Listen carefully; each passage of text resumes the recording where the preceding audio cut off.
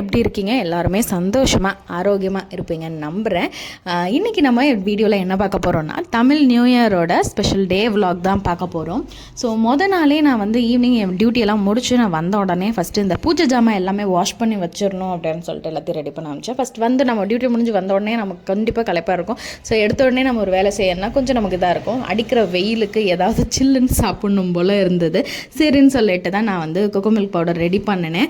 So இது வந்து பார்த்திங்கன்னா இதுக்கு நான் வந்து 3 இன்க்ரீடியன்ட்டு தான். ஒன்று சில்லுன்னு ஆல்ரெடி நான் பால் வந்து ஸ்டோர் பண்ணி வச்சுருந்தேன் ஃப்ரிட்ஜில். ஸோ அதனால் பால் கொஞ்சம் எடுத்துகிட்டு அதில் கொக்கோ பவுடர் வந்து ஒரு 1.5 டீஸ்பூன் அளவுக்கு ஆட் பண்ணிவிட்டு நாட்டு சக்கரை கொஞ்சமாக டேஸ்ட்டுக்காக கொஞ்சம் ஆட் பண்ணிவிட்டு நல்லா மிக்ஸ் பண்ணிட்டோம்னா நமக்கு இந்த கொக்கோ மில்க் வந்து ரெடி ஆகிடும். ஸோ வந்தோடனே ஒரு ரெஃப்ரெஷ்மெண்ட்டுக்கு நான் அந்த கொக்கோ மில்க்கை வந்து நல்லா குடிச்சிட்டு தான் நான் வந்து பூஜை ஜாமான் எல்லாத்தையுமே வாஷ் பண்ண ஆரம்பித்தேன். ஸோ நமக்கு வந்து இந்த பூஜை ஜாமான் வாஷ் பண்ணி வச்சாவே இருக்கிறதுலே ஒரு பெரிய ஒர்க் வந்து நமக்கு முடிஞ்ச மாதிரி ஒரு ஃபீல் இருக்கும்.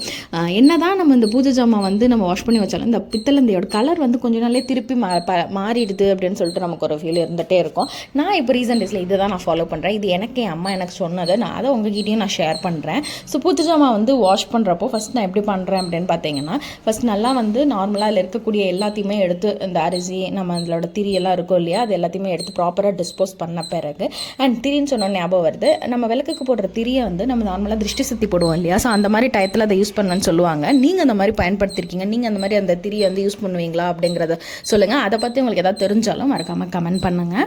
ஓகே, நான் ஃபஸ்ட்டு இந்த திங்ஸ் எல்லாம் எல்லாத்தையும் எடுத்து வச்சுட்டு இதை முதல்ல என்ன பண்ணுவேன் அப்படின்னா, நார்மல் நம்மளோட சோப் இருக்கு இல்லையா, நம்ம அந்த சோப் போட்டு தான் நம்ம வந்து வாஷ் பண்ணுவேன். ஃபஸ்ட்டு சோப் போட்டு நல்லா கம்ப்ளீட்டாக வாஷ் பண்ணி அதை வச்சுருவேன். சோப் போட்டுமே ஒரு 2 மினிட்ஸ் அதிலே அந்த சோப் இருக்கிற மாதிரியே தான் கொஞ்சம் வாஷ் பண்ணுவோம். அப்போ தான் அதில் இருக்கக்கூடிய எண்ணெய் பிசுக்குலேருந்து எல்லாமே கம்ப்ளீட்டாக நமக்கு போகும். இது போன பிறகு அடுத்து தான் நான் அதில் என்ன போடுவேன் அப்படின்னு பார்த்தீங்கன்னா, புளி தான் எடுத்து யூஸ் பண்ணுவேன். புளியை வந்து நல்லா தேய்ச்சிருவேன். கம்ப்ளீட்டாக தேய்ச்சி எல்லாத்துலேயும் கம்ப்ளீட்டாக தேய்ச்ச பிறகு அதுலேயே புளி தேய்ச்சி வச்சுருப்போம் இல்லையா, ஸோ அதுலேயே வந்து கொஞ்சமாக லைம் ஜூஸையும் கொஞ்சம் அதிலேயே அப்ளை பண்ணி விட்டுடுவேன். அப்ளை பண்ணிட்டு அது ஒரு 2 to 3 மினிட்ஸ் நம்ம அப்படியே வச்சுட்டு அதுக்கப்புறமா எகெயின் அந்த சோப்போட ப்ரஷ் இருக்குல்ல, அந்த ப்ரஷ் வச்சு நம்ம நல்லா தேய்ச்சி வாஷ் பண்ணோம் அப்படின்னாவே நமக்கு வந்து சீக்கிரமே நமக்கு வந்து கலர் வந்து நமக்கு திருப்பி பழையபடி வந்துடும். ஸோ இது வந்து நம்ம இந்த மாதிரி பண்ணாவே நமக்கு வந்து நல்லாவே இந்த பித்தளை கலர் நல்லா நமக்கு பேக் டு ஃபார்ம் வரும். பட் சீக்கிரமே அது ஃபேட் ஆகாமல் இருக்க என்ன பண்ணணும் அப்படின்னா, நீங்கள் எல்லாத்தையுமே இதை வாஷ் பண்ணுறீங்கல்ல, கம்ப்ளீட்டாக வாஷ் நார்மலாக டேப் வாட்டரில் இது எல்லாம் மூணு வாட்டி நம்ம நல்லா இதை வாஷ் பண்ணி டேப் வாட்டரில் எடுத்த பிறகு ஒரு சொம்பில் நல்ல தண்ணி குடிக்கிற தண்ணி இருக்குல்ல, ஸோ அந்த தண்ணியில் ஃபைனலாக எல்லாத்தையுமே வாஷ் பண்ணி தொடச்சி எடுத்துட்டிங்க அப்படின்னா சீக்கிரமே அந்த கலர் வந்து கொஞ்சம் மாறாமல் அந்த பித்தளையோட இது அப்படியே இருக்கும், கொஞ்சம் நல்லாவும் இருக்கும். இப்படி தான் நான் வாஷ் பண்ணிகிட்ருக்கேன். அண்ட் இதில் வந்து அப்புறம் குங்குமம் மஞ்சள் எல்லாமே வச்சு எல்லாமே கம்ப்ளீட்டாக ஒரு பக்கம் ரெடி பண்ணி வச்சுட்டேன். ஸோ இதுவே நமக்கு வந்து பெரிய ஒரு ஒர்க் முடிஞ்ச மாதிரி ஆகிடும். ஸோ அதை நான் வந்து முதல்ல எல்லா வேலையும் இந்த முடிச்சு வச்சுட்டேன். And next day morning Tamil new year. So Tamil new year அப்படின்னு பார்த்திங்கனாவே கண்டிப்பாக ஒரு சம்பிரதாயம் இருக்கும். காலையிலலாம் தமிழ் புத்தாண்டு அதுவுமா காலையில் கண் விழிக்கிறப்போ நம்ம வந்து எதில் விழிக்கணும் அப்படின்னு சொல்லுவாங்க அப்படின்னு பார்த்தீங்கன்னா, மாப்பலாவாழை ஃப்ரூட்ஸில் மாப்பலாவாழை இருக்கணும். அண்ட் பருப்பு வகைகள் அண்ட் சர்க்கரை அண்ட் அதுலேயே வந்து நமக்கு வந்து நம்மளுடைய வீட்டில் இருக்கக்கூடிய கொஞ்சம் நம்மளுடைய நகை பணம் இது எல்லாத்தையுமே நம்ம வந்து அந்த தட்டில் வச்சு காலையில் கண் முழிக்கிறப்ப அதில் தான் கண்ணை முழிக்கணும் அப்படின்னு சொல்லுவாங்க. ஸோ அப்படி இருந்தால் தான் அந்த வருஷம் இன்னும் நல்லா சுபமாக நல்லா போகும் அப்படின்ட்டுலாம் சொல்லுவாங்க. ஸோ அந்த ஒரு விஷயம் உங்கள் வீட்டிலலாம் ஃபாலோ பண்ணியிருக்கீங்களாங்கிறத சொல்லுங்கள். ஸோ இதெல்லாம் முடிச்சு காலையிலேயே நான் ரெஃப்ரெஷ் ஆகிட்டேன். அண்ட் மார்னிங்கே என்னோடய ஒர்க் எல்லாமே முடிக்கிற மாதிரியான சுச்சுவேஷன் ஆயிடுச்சு. வீட்டில் கொஞ்சம் ஹரிபரியாக இருந்தாங்க, வெளியில் கொஞ்சம் ஒர்க் இருக்குது அப்படிங்கிறதுனால. ஸோ காலையிலேயே சாமிக்கு படைக்கணும். ஸோ அதுக்காக எல்லா வேலையுமே நான் வந்து காலையிலேயே அவசரம் பண்ண ஆரம்பிச்சிட்டேன். காய்கறி எல்லாமே முன்னாடியே நான் வந்து எல்லாத்தையும் நறுக்கி எடுத்து வச்சுட்டேன். பிகாஸ் நம்ம காய்கறியை நறுக்கி முன்னாடி ஃபஸ்ட்டு எல்லாத்தையும் அசம்பிள் பண்ணி வச்சுட்டாவே அண்ட் நம்ம அடுப்பு பற்ற வச்சு வேலை வந்து ரொம்ப சரசரன்னு ஃபாஸ்ட்டாக முடிஞ்சிடும். நான் அப்படி தான் எப்போவுமே செய்வேன். ஸோ அதனால் வந்து எல்லாத்தையுமே நறுக்கி வச்சுட்டேன். அண்ட் உருளைக்கிழங்குமே நான் வந்து கட் பண்ணி தண்ணியில் போட்டு வச்சுட்டேன். நீங்கள் உருளைக்கிழங்கு செய்கிறப்போ இந்த மாதிரி கட் பண்ணி தண்ணியில் போட்டு வைப்பீங்களான்னு சொல்லுங்கள். பட் இது வரைக்கும் அப்படி இல்லை அப்படின்னா இனிமேலுக்கு ட்ரை பண்ணுங்கள். உருளைக்கிழங்கு கட் பண்ணி எப்போ நீங்கள் சமையலுக்கு யூஸ் பண்ணுறதா இருந்தாலும் கட் பண்ணி கொஞ்சம் நேரம் நல்ல தண்ணியில் போட்டு அதை செட்டில் பண்ணி வைங்க. அப்போ தான் அதில் இருக்கக்கூடிய ஸ்டாச்செல்லாம் ரிலீஸ் ஆகி அடியில் செடிமெண்ட் ஆகும். அண்ட் தென் அந்த உருளைக்கிழங்கை எடுத்து இன்னொரு டைம் வாஷ் பண்ணிவிட்டு அதுக்கப்புறமா அதை வந்து சமைக்க ஆரம்பிங்க. அது மாதிரி ட்ரை பண்ணுங்கள் இனிமேலுக்கு. நான் லஞ்சுக்கு என்ன ரெடி பண்ணேன் அப்படின்னு பார்த்தீங்கன்னா, கண்டிப்பாக வந்து சாம்பார் இருக்கும். ஸோ சாம்பார் அண்ட் உருளைக்கிழங்குல மசாலா போட்டு ரெடி பண்ணலாம் அப்படின்னு சொல்லிட்டு தொட்டுக்கைக்கு வச்சுட்டு அண்ட் வந்து மாங்காய் பச்சடி ரெடி பண்ணலாம் அப்படின்னு சொல்லிட்டு மாங்காய் பச்சடி. அண்ட் ஸ்வீட்டை பொறுத்தவரை ஒரு புது ரெசிபி ட்ரை பண்ணலாம் அப்படின்னு சொல்லிட்டு ஒரு புது ரெசிபி தான் ட்ரை பண்ணினேன்.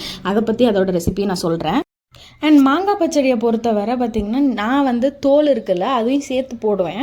நிறைய பேர் வந்து வெறும் உள்ளே இருக்கிற இதை மட்டும்தான் போடுவாங்க, தோல் போட மாட்டாங்க. நான் வந்து ஒரு 100%ல் ஒரு 20%ஆவது வந்து கொஞ்சம் தோல் சேர்த்து ஆட் பண்ணுற மாதிரி நான் வந்து ஆட் போடுவேன். ஏன்னா அப்படி நம்ம போடுறப்ப அது ஒரு விதமான டேஸ்ட் கொஞ்சம் நல்லாவே இருக்கும். ப்ளஸ் சில பேருக்கு அந்த தோல்லாம் வேண்டாம் அப்படின்ட்டு விருப்பமாக இருக்கும், ஏன்னா அது குழவாக இருக்கணும் அப்படின்னு சொல்லிட்டு. இதுவுமே தோல் போட்டாலுமே நமக்கு நல்லா அது குழஞ்சி தான் வந்துடும் அதில். பட் அது ஒரு டிஃப்ரெண்ட் டேஸ்ட் கொடுக்கும். அண்ட் இதில் வந்து நான் மாங்காய் பச்சடியில் சில பேர் வந்து சில்லி பவுடர் ஆட் பண்ணுவாங்க, சில பேர் சில்லி பவுடர் ஆட் பண்ண மாட்டாங்க. என் அம்மாலாம் பார்த்திங்கன்னா சில்லி பவுடர் ஆட் பண்ண மாட்டாங்க. அண்ட் நான் வந்து பார்த்திங்கன்னா இந்த டைம் சில்லி பவுடர் தான் ஆட் பண்ணேன். நிறைய மிளகா போடாமல் நல்ல சில்லி பவுடரை வந்து கொஞ்சம் ஆட் பண்ணிவிட்டு, பட் என்ன தான் நம்ம எல்லாம் போட்டாலும் லாஸ்ட்டாக வெல்லம் போட்டு இறக்குறப்போ நமக்கு வந்து அந்த டேஸ்ட் வந்து அல்டிமேட்டாக தான் இருக்கும். நான் வந்து ரெண்டுமே ட்ரை பண்ணி பார்த்ததுனால சொல்கிறேன்.